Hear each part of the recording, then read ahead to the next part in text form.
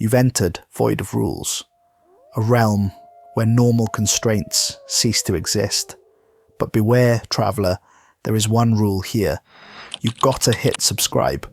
Seriously, it's the only rule we have. We just reached 1,000 brave souls, and we're hunting for 9,000 more to complete our dark ritual. I mean, reach our next goal, so subscribe. Or don't. But remember, the void remembers those who defy the only rule. Now let's get into today's video. The wedding photo stared back at me from my laptop screen, and all I could see were the flaws. The bride's smile was radiant. The groom's eyes were filled with love, but the technical execution made me wince. The exposure was half a stop too low. The white balance leaned too warm, and the composition could have been tighter by at least 2 inches on each side. I'd been hunched over my makeshift editing station for 16 hours straight, surviving on energy drinks and the desperate hope that talent might somehow compensate for my circumstances. My name is Troy Brennan, and 3 months earlier, I'd arrived in Milwaukee with everything I owned stuffed into 2 suitcases and a camera bag. At 26, I convinced myself that raw determination and artistic vision would be enough to build a photography career from nothing.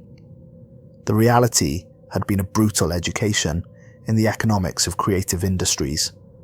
The studio apartment I'd rented sight unseen was a masterpiece of spatial inefficiency.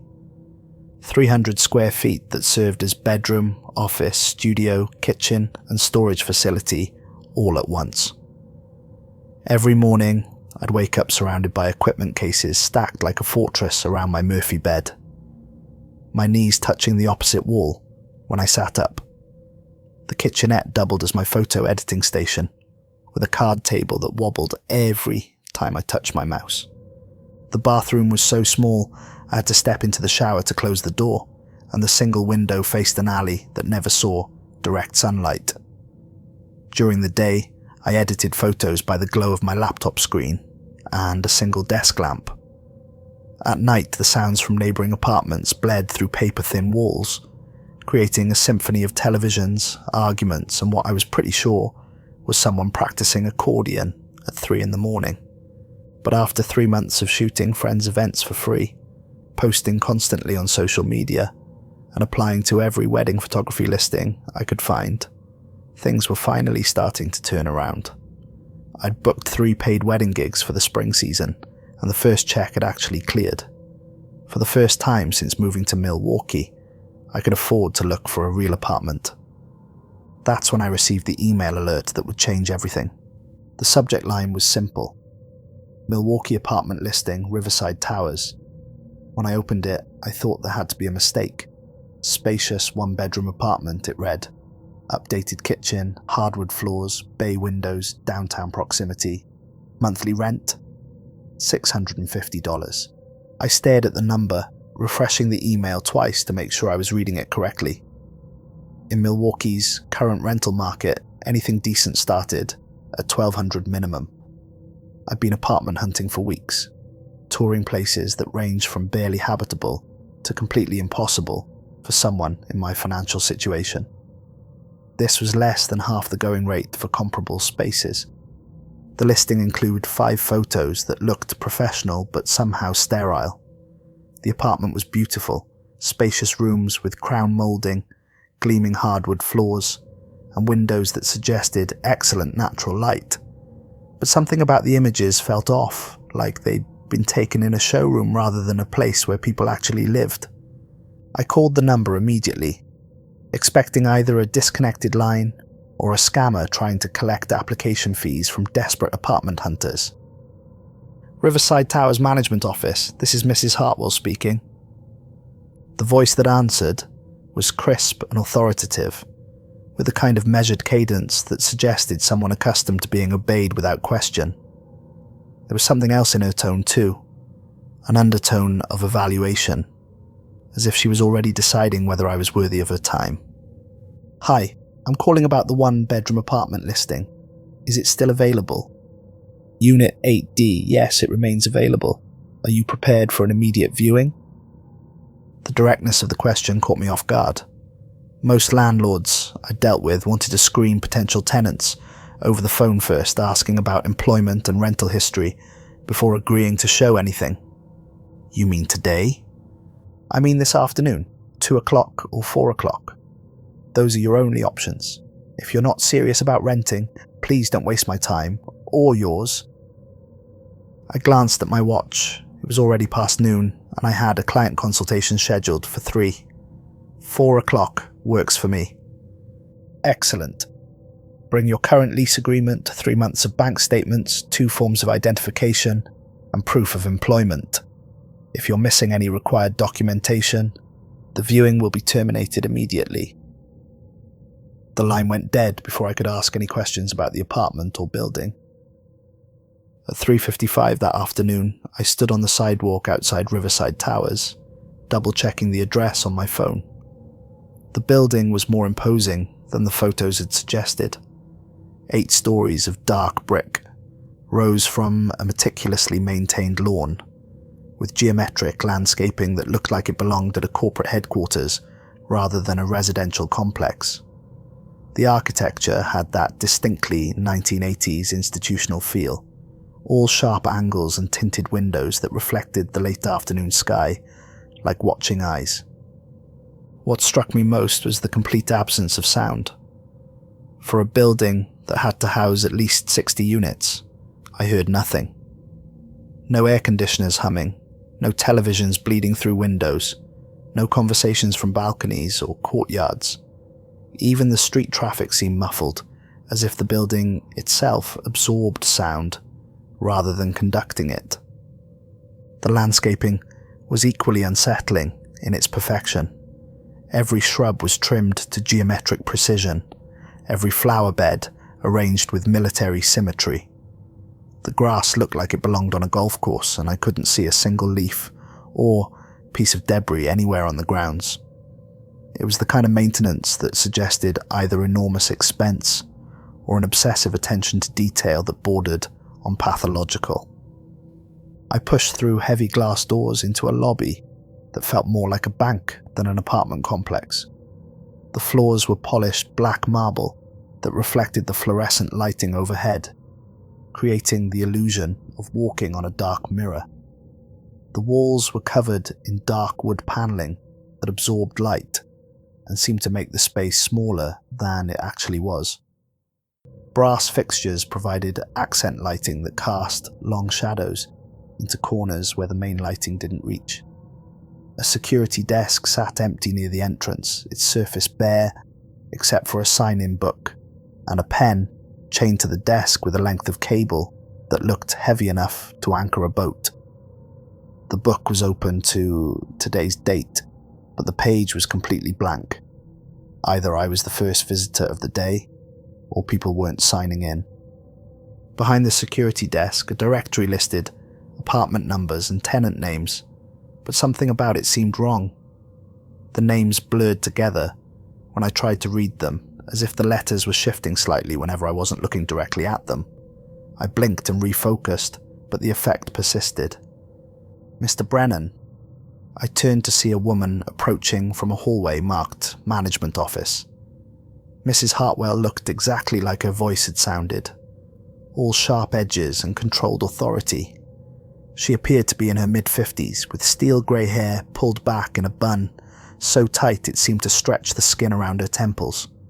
Her navy blazer was perfectly pressed, her shoes polished to a mirror shine, and her blue eyes had the quality of searchlights, seeming to catalogue and evaluate every detail they encountered. She carried herself with the bearing of someone who had never been told no, and who wouldn't accept it if she were. There was something military in her posture, something institutional, in the way she moved through space as if she owned not just the building, but the air inside it. "You're punctual," she said, extending a hand with a grip like a steel trap. "I appreciate punctuality. It suggests respect for structure, order, and the value of other people's time. Thank you for making time to show me the apartment on such short notice." "Time is not made, Mr. Brennan. Time is allocated efficiently or wasted, carelessly. I don't waste time and I don't tolerate those who do." She turned toward the elevator bank without waiting for a response. "Tell me about your employment situation and your reasons for seeking residence at Riverside Towers." As we waited for an elevator, I explained my photography business, the recent wedding bookings, and my need for more space to work properly. Mrs. Hartwell listened without comment, her face revealing nothing about whether she found my situation acceptable or promising. Her silence was somehow more intimidating than questions would have been. The elevator arrived with a soft chime, and I noticed something odd as the doors opened. The display showed that it had descended from the 5th floor, but we were the only people in the lobby. Mrs. Hartwell stepped inside without hesitation, so I followed, trying to shake off the growing feeling that something about this building wasn't quite right. "Unit 8D has been vacant for approximately 2 weeks, she said as we rose through the floors. The elevator was silent except for the soft hum of machinery and the almost inaudible ding as we passed each floor. The previous tenant relocated unexpectedly due to lifestyle incompatibilities with our community standards." "What kind of incompatibilities?" Her reflection in the polished elevator doors smiled, but the expression never reached her eyes. "Some people have difficulty adjusting to structured living environments. They mistake guidelines for suggestions and assume that rules don't apply to them personally." The elevator opened on the 8th floor, revealing a corridor that seemed to stretch impossibly far in both directions. The carpet was deep burgundy that muffled our footsteps completely, and the walls were painted an institutional beige that somehow managed to be both bland and unsettling. Brass sconces provided dim lighting every 20 feet, creating pools of yellow illumination, separated by stretches of shadow that seemed deeper than they should have been. Mrs. Hartwell led me to the right, our footsteps creating the only sound in the hallway. I noticed she walked with military precision, staying exactly on the right side of the corridor and maintaining a consistent distance from the wall. Her pace was measured and deliberate, as if she'd walked this route thousands of times and had perfected the most efficient path. As we passed other apartment doors, I saw that each had a small brass nameplate, but like the directory downstairs, the names seemed to blur and shift when I tried to read them. The effect was subtle but persistent, making me wonder if I needed glasses or if something about the lighting was playing tricks with my vision. "This is Unit 8D, she announced, stopping at a door that looked identical to all the others except for the number. She produced a key from her blazer pocket with the same military efficiency that characterized all her movements. The apartment exceeded every expectation I'd had, based on the photos. The living room was spacious and filled with natural light from bay windows that offered a spectacular view of downtown Milwaukee. The hardwood floors gleamed as if they'd been refinished yesterday, and the crown molding spoke to an era when craftsmanship and attention to detail were standard, rather than luxury features. The kitchen had been completely updated with granite countertops, stainless steel appliances, and enough space for a proper dining table. The cabinets were solid wood with soft close hinges, and the backsplash was real tile rather than the plastic alternatives I'd seen in most apartments in my price range. The bedroom was large enough for a king-size bed, with plenty of room left over for a desk, dresser, and all my photography equipment. Built-in closets lined one wall, offering more storage space than I'd had in any apartment since college. Another bay window provided natural light that would be perfect for reviewing prints and doing detail work. The bathroom featured modern fixtures, a deep soaking tub, and a walk-in shower with multiple heads and stone tile that probably cost more than I paid in rent for the past 3 months combined. Everything was immaculate, as if the apartment had been professionally cleaned and staged for photography. "This is incredible," I said, trying to contain my excitement while I walked through the rooms again. The photos really didn't do it justice.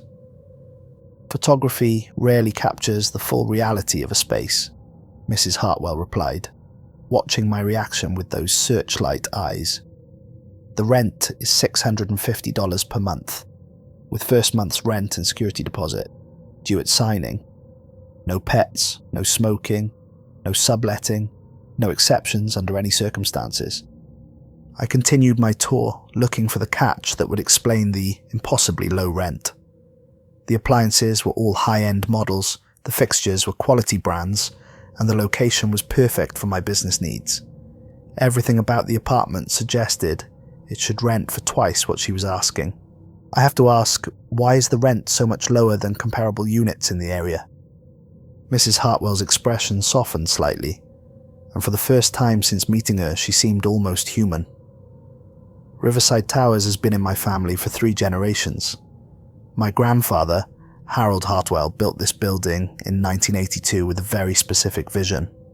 He wasn't interested in maximizing profit or treating housing as a commodity. He wanted to create a community of serious, responsible people who understood the value of structure, order, and mutual respect. She walked to the bay window and looked out at the city beyond. We're selective about our tenants, Mr. Brennan. We want people who appreciate stability, who follow instructions, and who understand that a harmonious community requires everyone to do their part. The reduced rent is our way of ensuring we attract the right kind of residents. Something about the way she emphasized right kind of residents made me pause, but the apartment was perfect for my needs. I could set up a proper photography studio in the bedroom, have space for client consultations in the living room, and finally organize my equipment in a way that made sense. The location was ideal, just 15 minutes from most of the venues where I'd be shooting weddings. "I'd like to rent it," I said. Mrs. Hartwell's smile returned, sharp as a surgical instrument. "Excellent. Let's discuss the terms and conditions." We returned to her office on the first floor, a cramped space that felt like a time capsule from 1982. Filing cabinets lined every wall, labelled with years stretching back to the building's opening. Her desk was an enormous wooden behemoth that dominated the room, its surface covered with neat stacks of papers, organised with mathematical precision. She produced the lease agreement and began going through the standard terms. Everything seemed normal: security deposit, lease duration, maintenance responsibilities, noise policies. Her explanations were thorough and professional, and I was starting to relax when she reached into her desk drawer and withdrew something that made my stomach tighten with unease. It was a laminated card about the size of a driver's license, with text so small I had to lean forward to read it. "Before I give you the keys," she said, sliding the card across the desk with deliberate precision, "you need to review and acknowledge these requirements. They are not suggestions, recommendations, or guidelines, Mr. Brennan. They are mandatory protocols that ensure the safety, security, and harmonious operation of our community." I picked up the card and read the header, Riverside Towers Resident Requirements. Below it, in small but clearly legible text, was a numbered list that made me increasingly uncomfortable as I read. 1. Quiet hours are observed from 8 p.m. to 9 a.m. daily without exception. No sounds above normal conversation level are permitted during these times, including but not limited to music, television, telephone conversations, or domestic activities. 2. Hallway navigation requires all residents and their guests to walk on the right side of corridors at all times. Stopping, standing still, or lingering in hallways is strictly prohibited, except in documented emergency situations. 3. Elevator protocol. If an elevator car opens on the 5th floor without being summoned from that floor, do not board under any circumstances. Wait for the next available car regardless of delay or inconvenience. 4. Laundry facilities are available from 6 a.m. to 6 p.m. Monday through Sunday. Use of washing machines, dryers, or laundry room facilities outside these hours is strictly forbidden and will result in immediate lease termination. 5. All visitors must be accompanied by residents at all times while on the premises. Unescorted guests are not permitted under any circumstances, and residents are fully responsible for ensuring visitor compliance with all building requirements. 6. Parking spaces are assigned and non-transferable. Space number 21 must remain vacant at all times and is not to be used under any circumstances, regardless of availability of other spaces. 7. Maintenance requests must be submitted in writing to the management office during business hours. Direct contact with maintenance personnel is prohibited, and residents must not attempt to perform unauthorized repairs or modifications. 8. Refuse must be placed in designated receptacles before 4 a.m. on scheduled collection days. Early or late disposal is not permitted, and residents are responsible for ensuring proper containment and placement. 9. Kitchen window coverings must remain closed from 9 p.m. to 8 a.m. daily.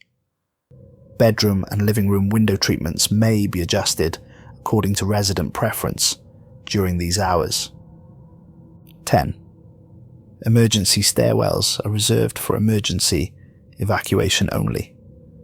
Routine daily use is not permitted, and residents must use elevators for normal vertical transportation within the building. 11. The basement level is restricted to authorized management personnel only.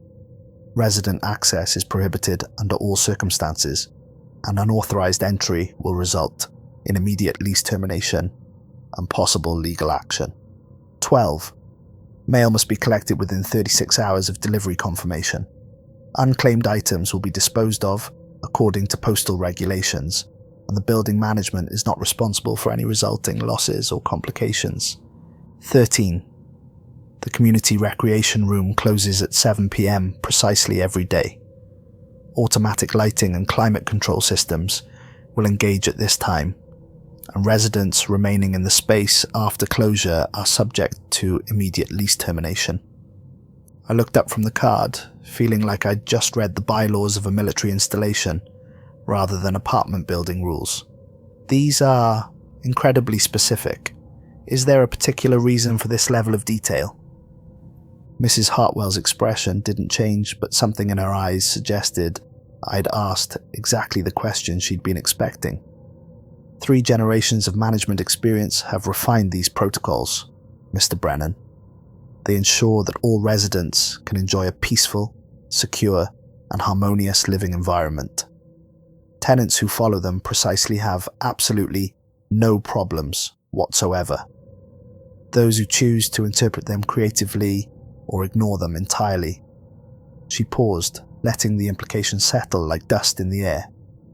Well, they generally discover quite quickly that Riverside Towers isn't compatible with their lifestyle preferences. The rules seemed unusual but not entirely unreasonable, I told myself. I'd lived in apartments with strict noise policies before, and the hallway guidelines probably helped prevent the congestion and accidents. The elevator rule was bizarre, but maybe the 5th floor had some kind of mechanical issue or housed building operations. The parking restriction made sense if there was the utility access or structural concerns underneath Space 21. What bothered me more was the tone of the rules and Mrs. Hartwell's emphasis on following them precisely. But the apartment was perfect for my needs, and the rent would save me enough money to invest in better equipment and marketing for my business. I can follow these, I said, signing both the lease and a separate acknowledgement form for the building requirements. Mrs. Hartwell filed the papers in a cabinet marked Current Residence, then handed me a set of keys with another, one of those unsettling smiles. Welcome to Riverside Towers, Mr. Brennan. I'm confident you'll find it a very educational experience. I moved in the following Saturday, renting a small truck to transport my equipment and the modest collection of furniture I'd accumulated. The apartment felt even larger when empty, and I spent the entire day arranging everything to create an efficient workspace. By evening, I had a proper photography studio set up in the bedroom, a client consultation area in the living room, and for the first time in months, a kitchen that wasn't also my office. The process of moving in was remarkably smooth. The elevator worked perfectly. The building maintenance staff was helpful but professional, and none of my neighbours seemed bothered by the activity. In fact, I barely saw any other residents during the entire day, which struck me as odd for a Saturday in a fully occupied building. That evening, I decided to explore the building and introduce myself to my neighbours. I walked down the hallway, carefully staying on the right side as the rules required, and knocked on the door of Unit 8C.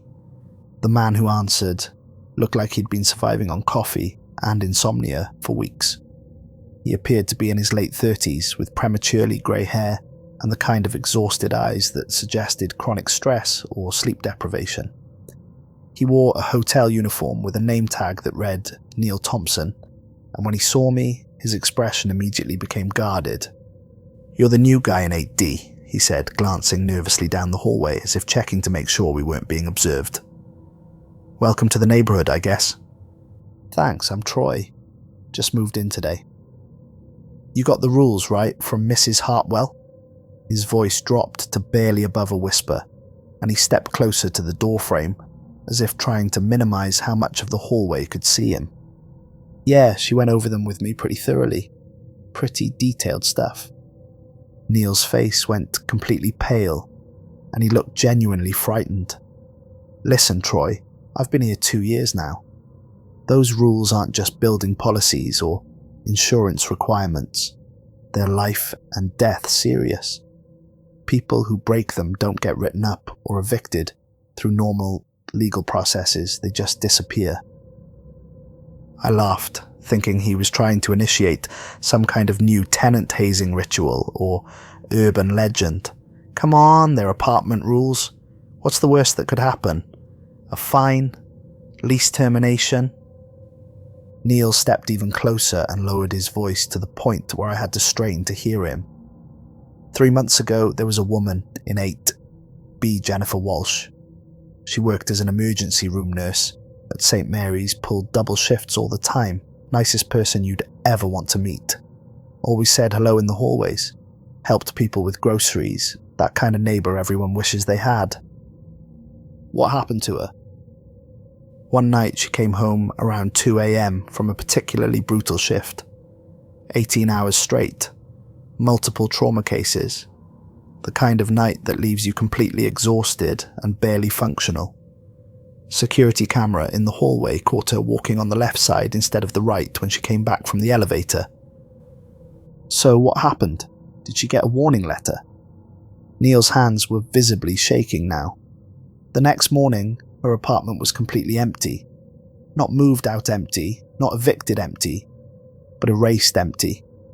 Like no one had ever lived there at all. The walls had been repainted, the carpets professionally cleaned.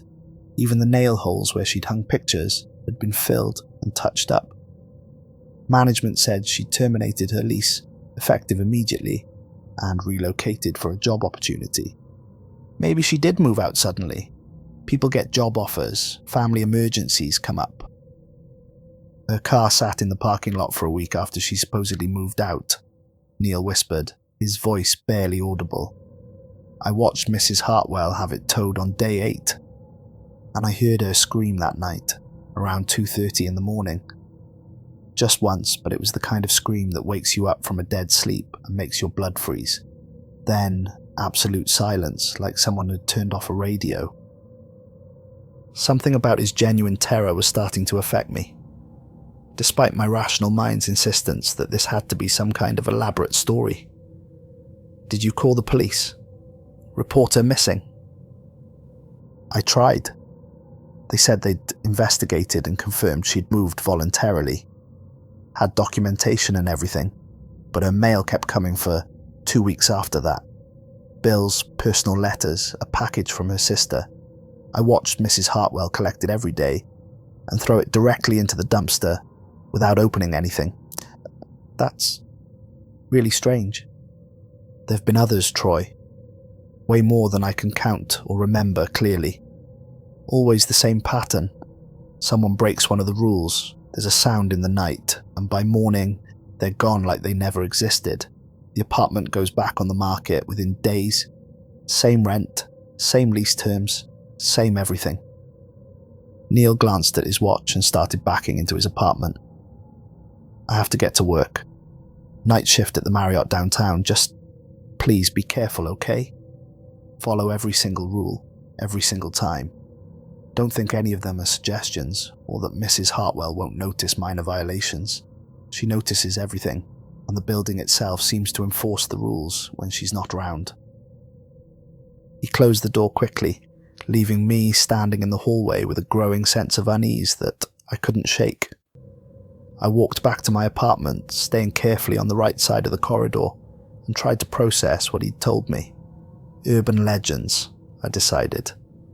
Every apartment building had stories, especially older buildings with long-term residents who'd had plenty of time to develop elaborate mythologies. But something about Neil's genuine fear suggested this was more than just storytelling. My first week at Riverside Towers passed without incident, though not without strangeness. I followed every rule meticulously, partly because they seemed reasonable, and partly because Neil's warning had genuinely unsettled me. The building remained eerily quiet throughout both day and night, far beyond what I'd expect from a fully occupied residential complex. I occasionally saw other tenants in the hallways or elevator, but they moved like ghosts, never making eye contact or attempting even the most basic social pleasantries.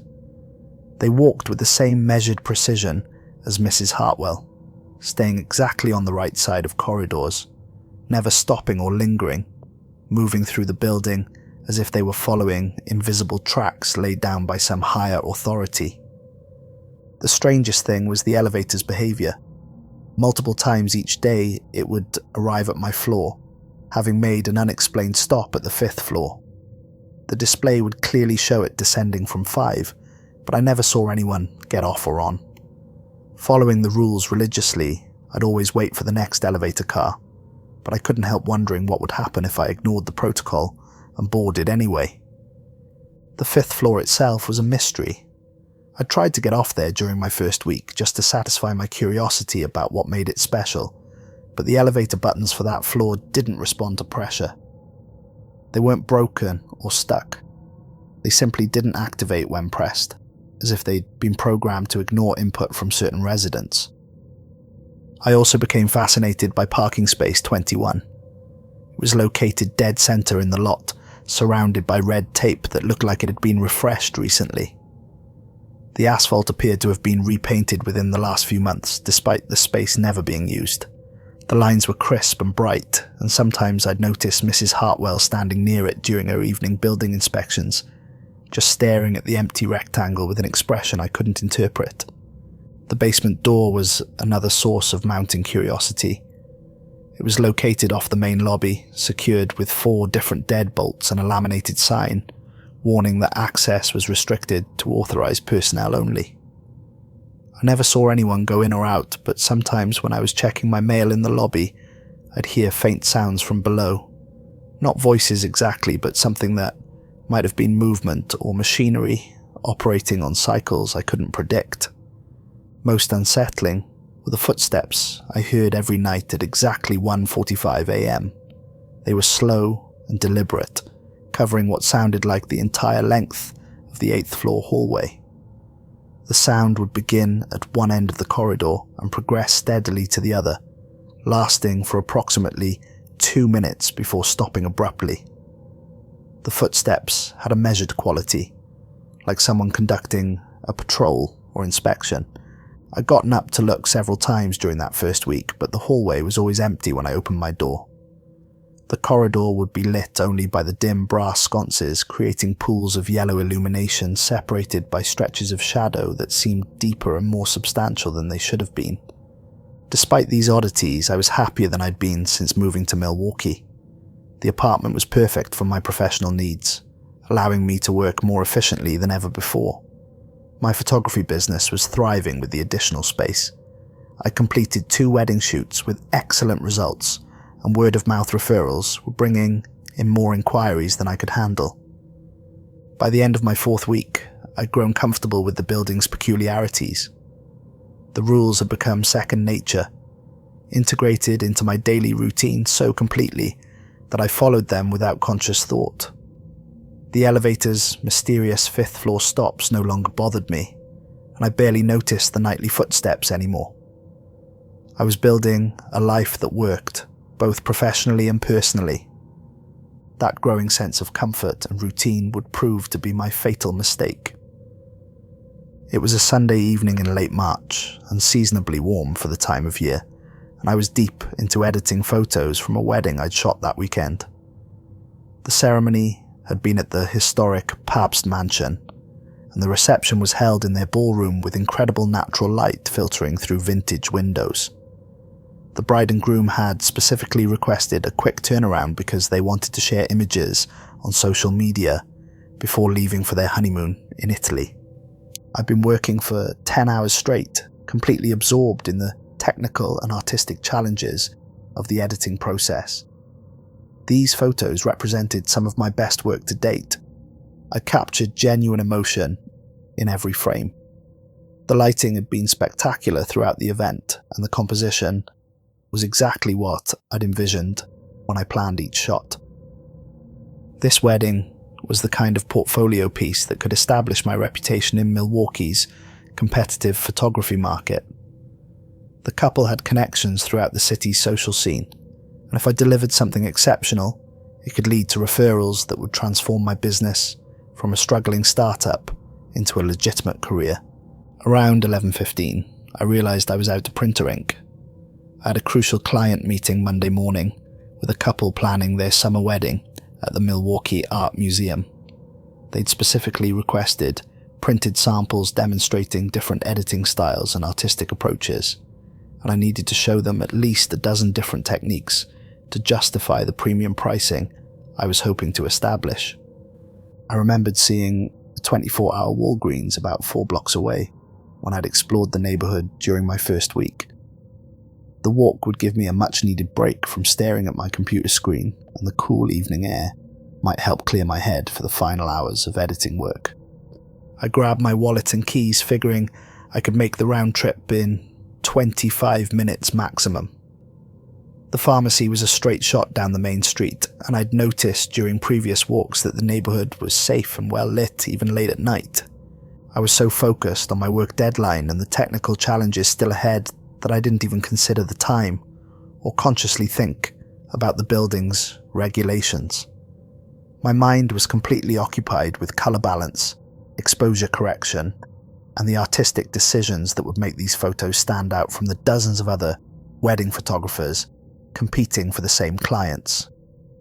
The elevator ride down was unremarkable. I walked through the empty lobby, past the unmanned security desk and the directory with its shifting names, and out into the cool night air. The temperature was perfect for walking. I found myself appreciating the quiet residential streets and the way Milwaukee looked different at night, more intimate and contemplative than during the busy daylight hours.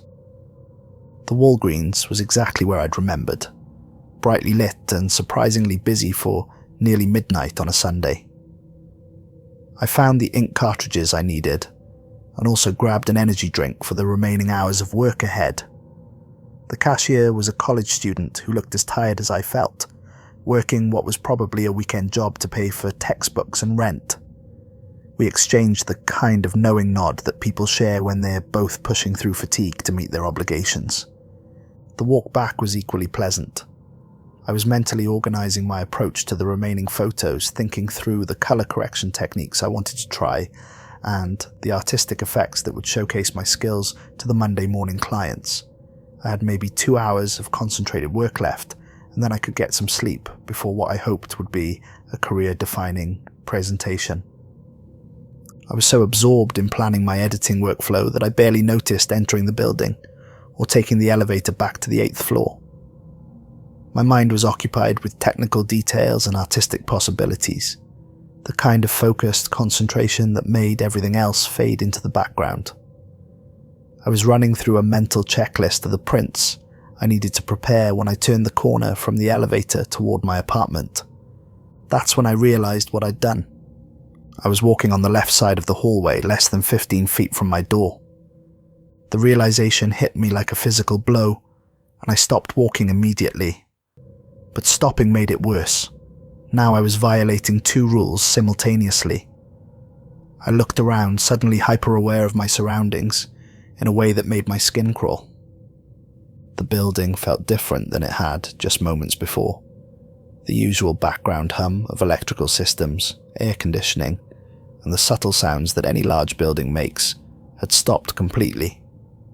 The silence was so profound it seemed to have weight, pressing against my eardrums and making me acutely aware of my own heartbeat and breathing.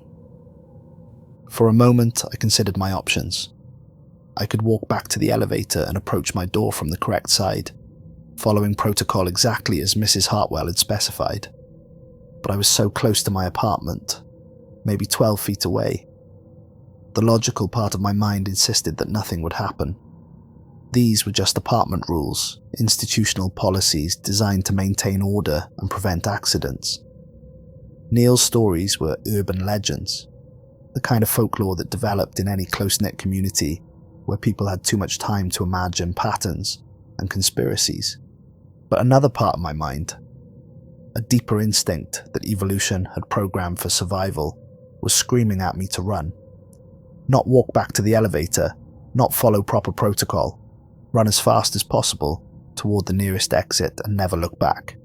I ignored that instinct, rationalized away my growing terror, and continued walking on the left side of the hallway toward my door. Each step felt increasingly difficult, as if the air itself was becoming thicker and more resistant to movement. The distance to my apartment seemed to stretch as I moved, as if the corridor was somehow longer than it had been moments before.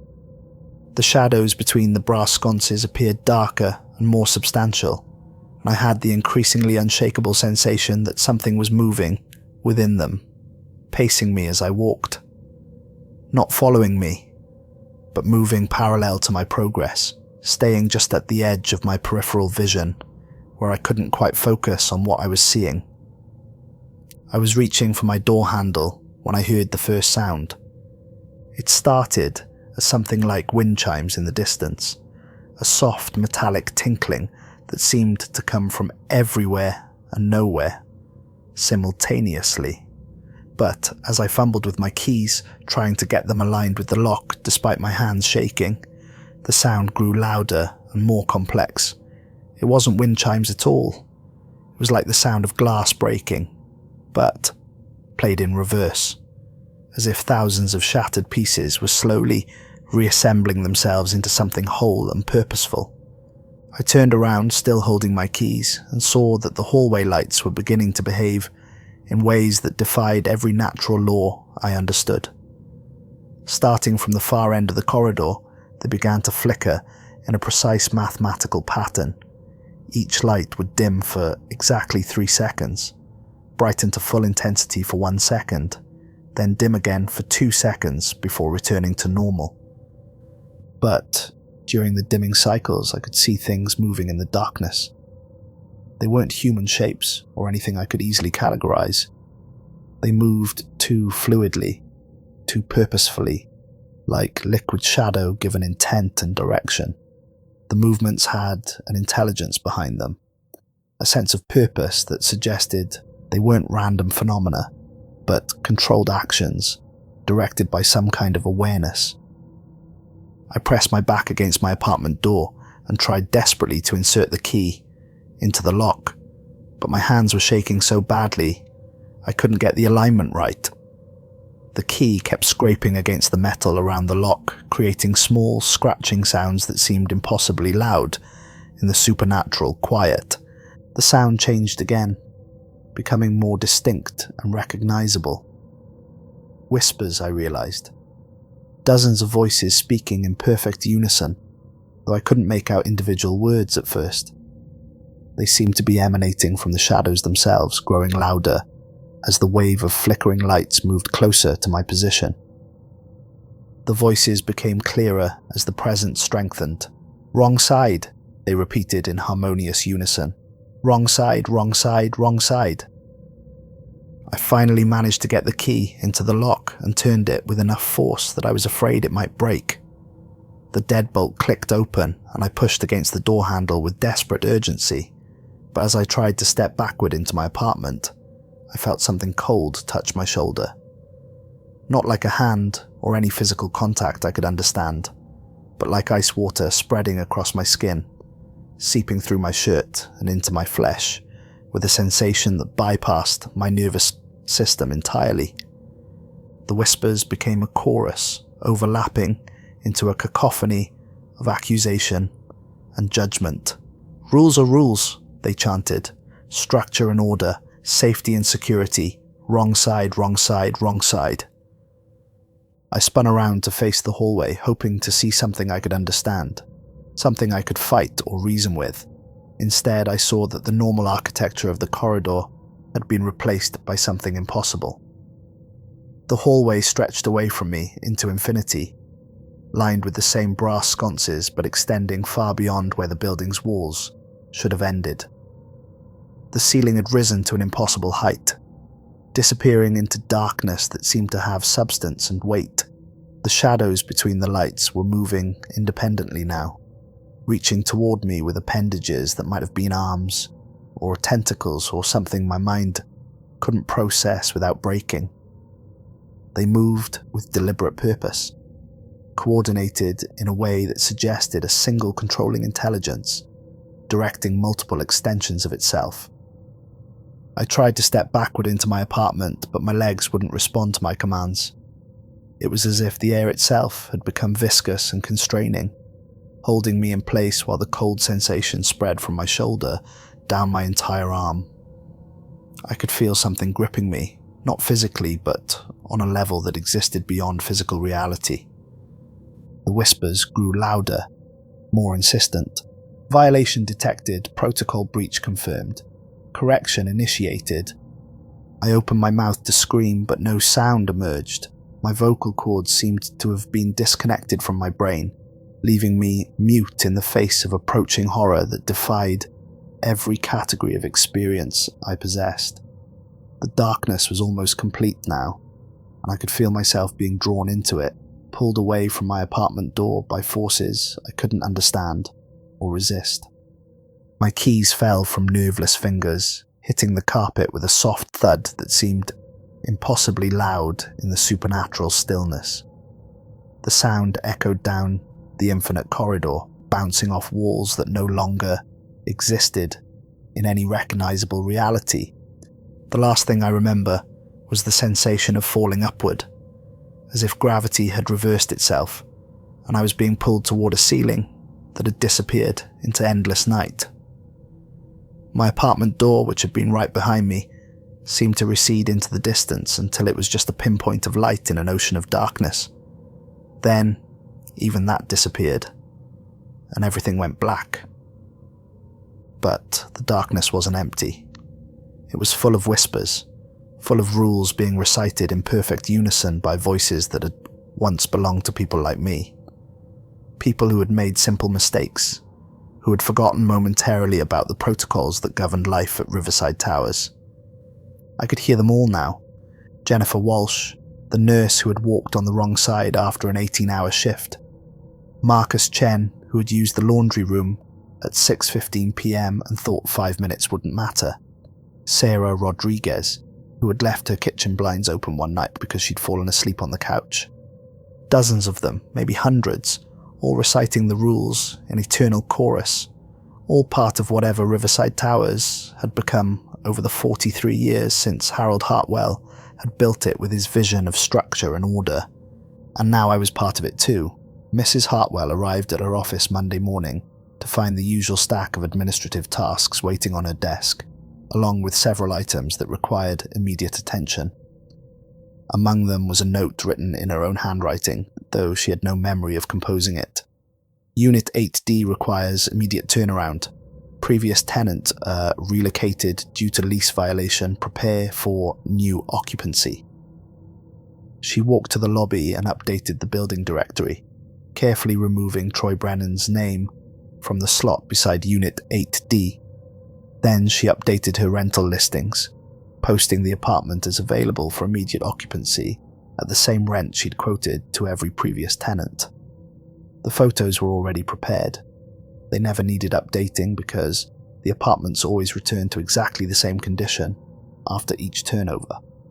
Returning to her office, she opened Troy's file and drew a careful red line through his name and all his information.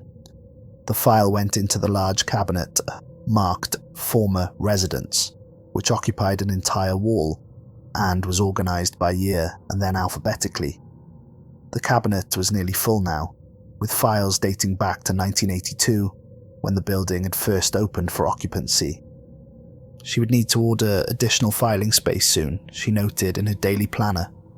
The turnover rate had increased slightly in recent years, perhaps because people were becoming less respectful of authority and structure in their daily lives, but the building would adapt, as it always had. The building was patient, and there were always new tenants, eager to find affordable housing in a desirable neighbourhood. Neil Thompson found Troy's mail in the lobby that afternoon, when he stopped to check his own box before heading to work. There were several bills, a cheque from a wedding photography client, what looked like a tax document, and a wedding invitation addressed in elegant calligraphy. He'd seen this pattern dozens of times before, mail that continued to arrive for tenants who were no longer there, no longer anywhere that mail could reach them. He handed the stack to Mrs. Hartwell without comment. She disposed of it in the same methodical way she handled all such situations, feeding each piece into a document shredder that reduced everything to confetti-sized pieces. The routine was so familiar, it required no conscious thought. By Wednesday morning, Mrs. Hartwell was conducting a tour of Unit 8D for a new prospective tenant. Owen Mitchell was 24 years old, a recent college graduate who had just started his first office job at a downtown insurance company. He was excited about living independently for the first time and thrilled by the prospect of a spacious apartment at such an affordable price. "This is absolutely perfect," Owen said, standing in the bay window and admiring the view of downtown Milwaukee. "I've been looking for weeks, and everything I've seen has been either tiny or way out of my budget. I can't believe this is only $650 a month." "Riverside Towers has been in my family for 3 generations, Mrs. Hartwell replied, handing him the standard lease agreement with practiced efficiency. "We're not motivated by profit maximization or treating housing as a commodity. We're committed to maintaining a community of responsible individuals who understand and appreciate the value of structure, order, and respect for established authority." She walked him through the apartment again, pointing out features and amenities with the same presentation she'd given to hundreds of prospective tenants over the decades. The apartment was always immaculate after turnovers, always exactly the same, always perfect for whatever the new tenant needed it to be. Before giving him the keys, she produced the familiar laminated card from her desk drawer. "These are our community requirements. They're not suggestions, guidelines, or recommendations, Mr. Mitchell. They're mandatory protocols that ensure the safety, security, and harmonious operation of our residential environment." Owen accepted the card and read through the rules with the casual attention of someone who'd never lived anywhere with serious consequences for minor mistakes. They seemed like standard apartment policies, perhaps a bit more detailed than usual, but nothing unreasonable for a well-managed building in a competitive rental market. "These all seem very reasonable," he said, signing the lease and acknowledgement form without hesitation or careful consideration. "When can I move in?" "Immediately," Mrs. Hartwell replied, handing him the keys with her practiced smile that never quite reached her eyes. "Welcome to Riverside Towers, Mr. Mitchell. I'm confident you'll find it a very educational experience." As Owen left with his keys, already planning his move-in day and thinking about how he'd arrange his furniture in the spacious rooms, Mrs. Hartwell opened a new file folder. She wrote his name at the top in her careful handwriting, then placed it in the cabinet marked Current Residence. The cabinet had plenty of room for expansion, as it always did after turnovers, That evening, Owen began moving his belongings into Unit 8D with the help of 2 college friends and a rented van. The apartment was immaculate, showing no traces of previous occupancy. The hardwood floors gleamed as if they'd been refinished yesterday. The windows were spotless, and there wasn't even a scuff mark on the walls, or nail holes where pictures had hung. It was as if the apartment existed in a state of perpetual newness, waiting in suspended animation for each new tenant to arrive. He spent the evening arranging his furniture and setting up his home office, excited about this new chapter of his life and the independence that came with having his own space. Around 10 p.m, he heard footsteps in the hallway outside his door. They were slow and measured, lasting for about 2 minutes before stopping abruptly. Owen didn't think much of it. Just another tenant, taking an evening walk, or coming home late from work. At 11:15, he realised he was out of coffee for the morning. He had an important presentation scheduled for Tuesday, and wanted to be properly caffeinated and alert. He remembered seeing a 24-hour convenience store about 3 blocks away during his apartment search and decided to make a quick trip. He grabbed his wallet and keys, figuring he could be back in 20 minutes. The elevator ride down was uneventful. He walked through the quiet lobby, past the security desk and the directory, with names that seemed to shift slightly when he wasn't looking directly at them, and out into the night air. The walk to the store was pleasant, and he found the coffee he needed without any trouble. On the way back, he was mentally rehearsing his presentation and reviewing the client information he'd studied earlier.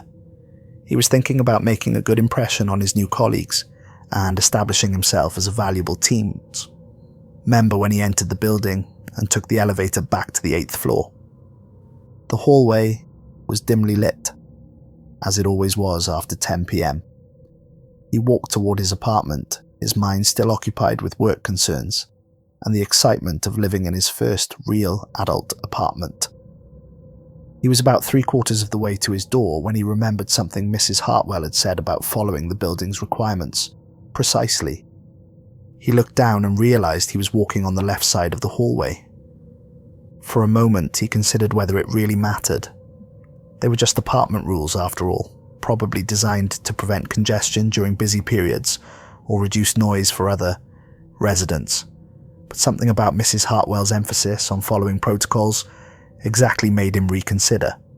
He stopped walking and looked around, suddenly aware of how quiet the building had become.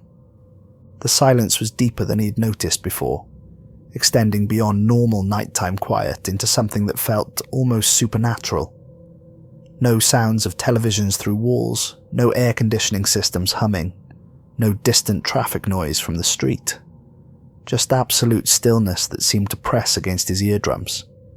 He was standing still in the middle of the hallway. Owen quickly realised he was now violating 2 rules simultaneously.